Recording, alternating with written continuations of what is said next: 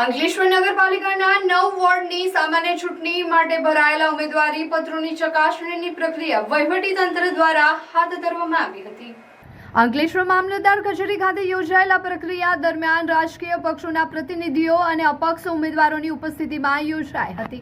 ચૂંટણી અધિકારી અને એસડીએમ બી.એ. જાડેજા તથા મામલતદાર રાજન વસાવાની સીધી દેખરેખ હેઠળ ઉમેદવારી પત્રોની ઝીણવટભરી તપાસ કરવામાં આવી હતી। દરેક વોર્ડના ઉમેદવારોની હાજરીમાં તેમના દસ્તાવેજો, સોગંદનામા અને અન્ય વિગતોને ચકાસવામાં આવી હતી। ચકાસણી દરમિયાન વાતાવરણ ત્યારે ગરમાયું જ્યારે કેટલાક ઉમેદવારોએ પોતાના સામા પક્ષના પ્રતિસ્પર્ધી ઉમેદવારોના ફોર્મ સામે વાંધા અરજીઓ રજૂ કરી હતી। સ્થાનિક નિયમોના ઉલ્લંઘન મુદ્દે સામા પક્ષે વાંધા ઉઠાવ્યા હતા।